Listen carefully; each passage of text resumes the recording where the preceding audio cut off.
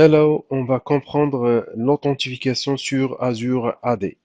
Bien évidemment, le protocole ou les protocoles utilisés pour Azure AD, il y a du SAML, bien sûr l'authentification SAML qui utilise le protocole OAuth, l'OpenID et AWS Federation. On a Azure AD Domain Service qui utilise le Kerberos NTLM 2.0. On a une comparaison entre ces deux types de domaines. On a Azure AD et Azure AD Domain Service. Tout ce qui est authentification, bien sûr, on a les protocoles web qui est l'OAuth où il y a aussi OAuth 2 et l'OpenID Connect. Pour AD Domain Service, Azure AD Domain Service, vous avez du Kerberos. Il permet la gestion, bien sûr, tout ce qui est device, MDM, comme Intune, qui permet d'avoir, par exemple, connecté des smartphones ou des tablettes, et vous pouvez gérer ça par cet outil MDM.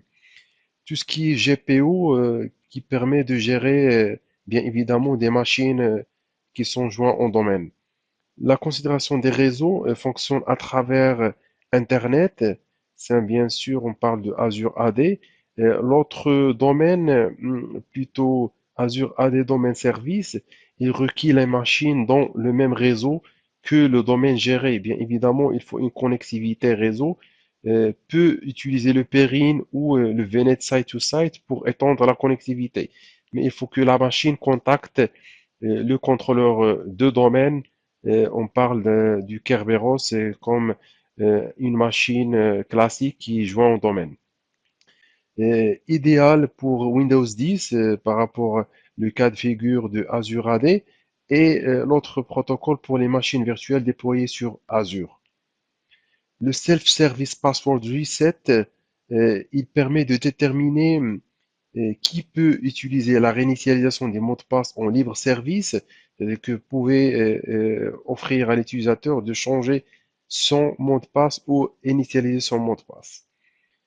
Choisir le nombre de méthodes d'authentification requises et disponibles. Exiger l'utilisation pour l'enregistrement SSPR ou le Self-Service Password Reset. Vous avez bien sûr cette interface qui permet de paramétrer la méthode d'authentification. Vous avez deux méthodes pour initialiser ou réinitialiser votre mot de passe. Bien sûr, soit email, téléphone. Il y a plusieurs paramètres, les questions que vous avez, questions de sécurité, trois questions ou quatre, cinq, jusqu'à cinq questions.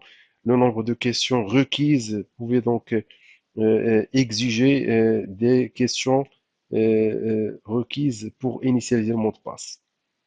On a le MFA. C'est quoi le MFA? Multi-Factor Authentication.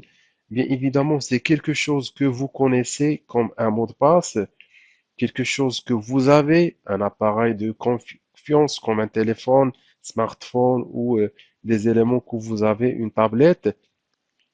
Et le troisième élément, c'est quelque chose que vous êtes comme biométrie, l'empreinte digitale que vous avez, vous pouvez utiliser comme un deuxième facteur d'authentification. Donc le MFA permet de sécuriser bien évidemment l'accès à des applications qui sont un peu critiques. Il faut utiliser le multifactor authentication. Le Azure Conditional Access, c'est quoi? Il permet en fait de conditionner l'accès à des applications et parmi les conditions, bien sûr, vous avez en fait le scope, c'est-à-dire les employés ou les partenaires utilisateurs et rôles. Vous avez soit sur Azure AD, l'ADFS que vous répliquez depuis votre utilisé pour plutôt des comptes fédération depuis des comptes répliqués depuis votre réseau local sur un AD local et bien sûr des comptes Microsoft ou même des comptes invités.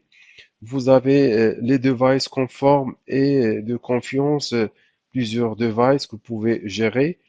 Localisation physique et virtuelle, si vous êtes connecté sur votre réseau local ou un geolocation, c'est-à-dire distante.